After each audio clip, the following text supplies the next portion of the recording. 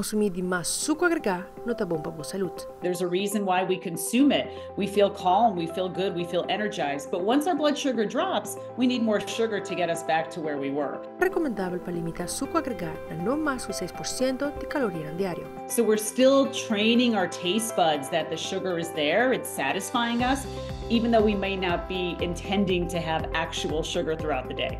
Para pôr bahamang na gana de consumir suco, é importante para começar o dia com proteína. E sabe, lo lagaw po sintiyin. Como também, purba de stop of limitar bebida ng suco.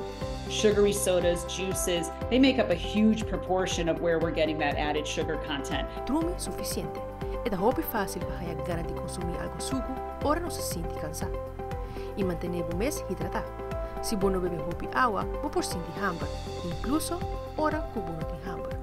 We need to give ourselves a break and recognize that sugar is probably the hardest behavior change to make.